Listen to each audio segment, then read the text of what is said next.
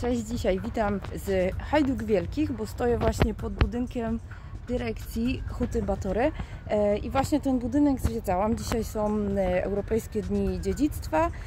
Dzień mamy dzisiaj, którego dzisiaj jest? 9 września właśnie 2023 roku, ale my dziś w sumie nie o tym. Oczywiście relacje z tego miejsca zobaczycie w innych moich mediach społecznościowych, ale dzisiaj wchodzimy na teren Huty Pokój i zaraz się przeniesiemy do Rudy Śląskiej, na Nowy Bytom, na Fryna, gadając po naszemu, i tam właśnie będziemy zdobywać rzeczony już wielki piec. Natomiast warto też, od razu Wam powiem, śledzić eventy organizowane przez Muzeum Hutnictwa i właśnie tak ciekawe historycznie miejsca jak Wielkie Hajduki w ogóle zobaczyć, no i tą dyrekcję Huty Batory, bo w ogóle Huta w tym roku ma 150 lat i jubileusz, także wszystkiego najlepszego.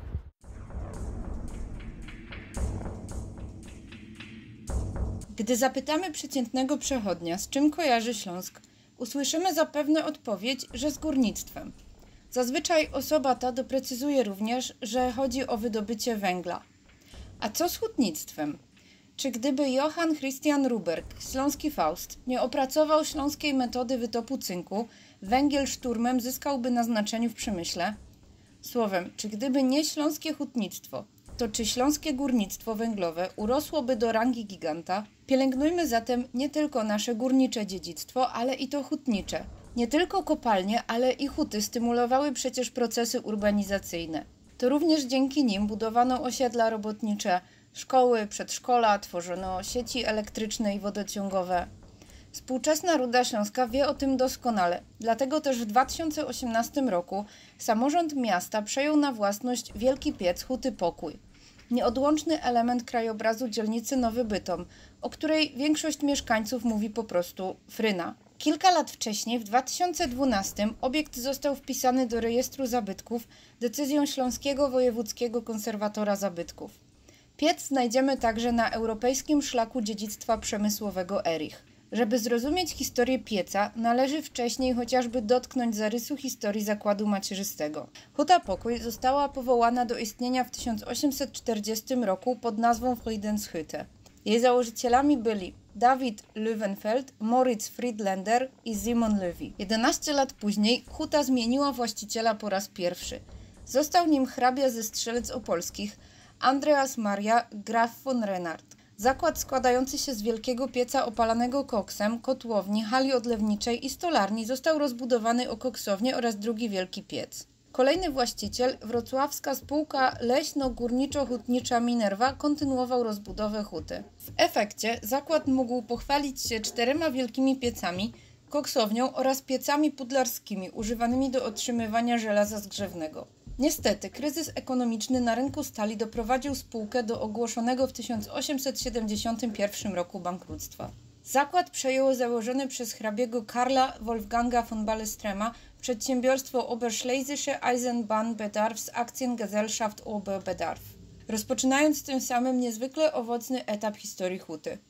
W wyniku konsekwentnych modernizacji stopniowo uruchamiano nowe części zakładu. W 1881 roku kuźnię, w 1884 stalownię tomasowską, a w 1887 stalownię martynowską oraz elektrownię zakładową. Niestety, tego samego roku, w nocy z 24 na 25 lipca, doszło do fatalnego w skutkach wypadku. W kotłowni zakładowej wybuchł gaz. Śmierć poniosło 10 osób, a 55 zostało rannych. Na początku XX wieku rozpoczęto budowę walcowni oraz innego rodzaju wytwórni gotowych wyrobów. Ciągle zwiększano również moce produkcyjne istniejącej infrastruktury. W 1922 roku Huta Pokój znalazła się po polskiej stronie granicy. Zyskała wówczas nazwę Friedenshütte Aktiengesellschaft wraz z pozostałą częścią koncernu ulokowaną po stronie polskiej. Nowa spółka należała w 74% do hrabiego Ballestrema, a w 26% do koncernu Oberbedarf. W 1928 dokonano fuzji spółki z katowicką hutą Beldon. Nazwa koncernu Huta Pokój, Śląskie Zakłady Górniczo-Hutnicze Spółka Akcyjna weszła w życie 8 lutego 1930 roku. W jego skład wchodziły huty Pokój i Beldon, kopalnie Eminenz, Friedensgrube, Graf Franz, Wolfgang oraz elektrownia Nikolaus. Niestety, w 1931 huta Pokój wstrzymała produkcję z uwagi na kolejny kryzys ekonomiczny. W konsekwencji podjętych działań prawnych od 1934 większościowym udziałowcem spółki stało się państwo polskie. W tym samym roku uruchomiono regularną produkcję blachy przy użyciu nowoczesnej walcarki projektu słynnego inżyniera Tadeusza Sędzimira. Urządzenie do dziś jest uznawane za przełomowe dla rozwoju hutnictwa. W czasie II wojny światowej Niemcy nadali hucie nazwę Friedenshütte Schlesischer Berg und Hüttenwerke AG, włączając ją do gliwickiego koncernu Oberhütten i przekierowując produkcję na cele militarne. W 1946 Centralny Związek Przemysłu Hutniczego przyłączył do huty Pokój dwie inne huty – Łabędy i Gliwice.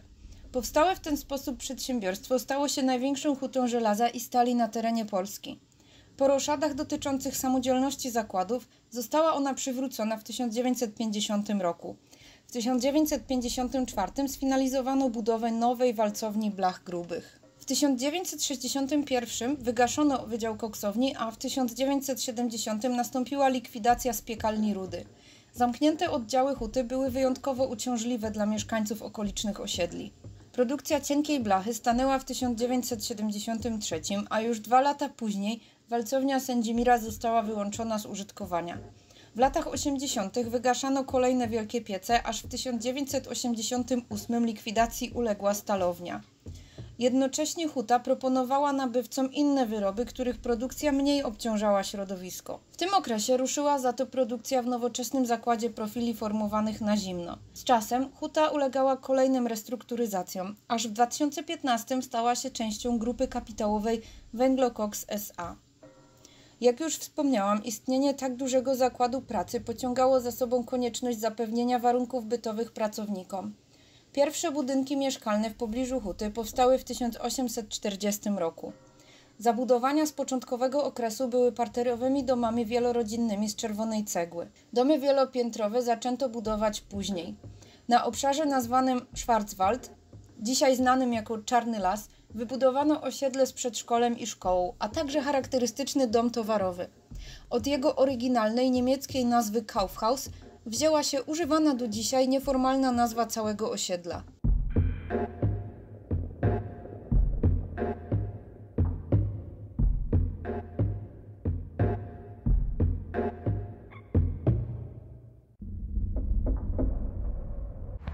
Zdecydowanie życzyłabym sobie i wszystkim uczestnikom i wszystkim chętnym więcej takich wycieczek.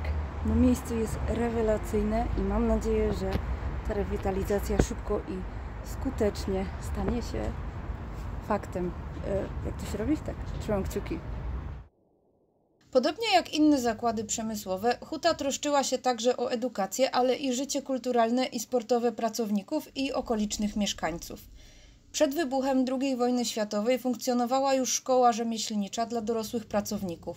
Po wojnie działalność rozpoczęła Szkoła Przemysłowa Huty Pokój, w 1950 przekształcona w zasadniczą szkołę zawodową i technikum przemysłowe.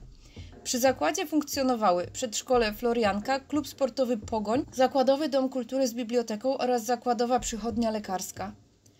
Nasz wielki bohater został wybudowany w 1968 roku na cel wytopu surówki w procesie redukcyjnym. Oryginalnie wybudowano go o 19 metrów dalej od obecnej lokalizacji i przeniesiono.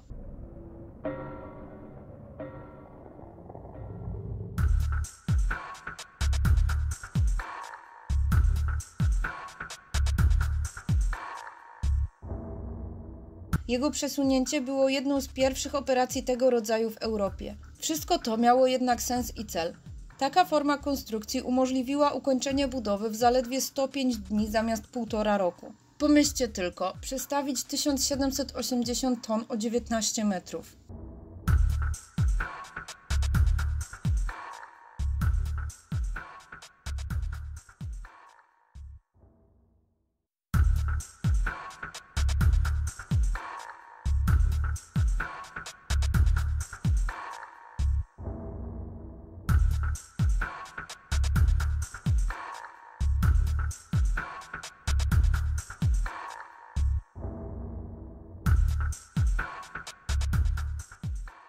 1987 zaczęto wykorzystywać piec przy produkcji żelazo-manganu.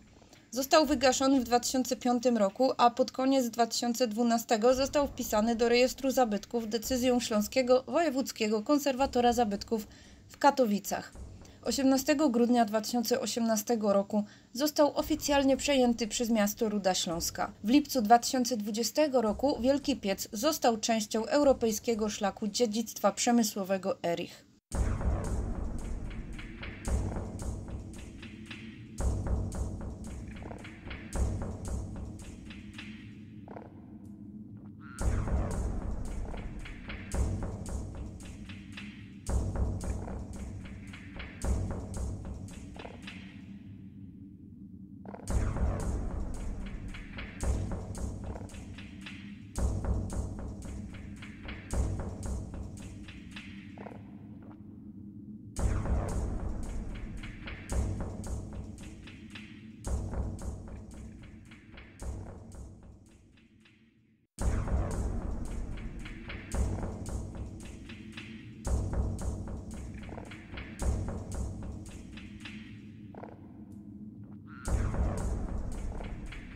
Koszt rewitalizacji pieca i nadania mu nowych funkcji wyniesie około 100 milionów złotych, z czego ponad 75,6 miliona pochodzi z programu Fundusze Europejskie dla Śląskiego 2021-2027.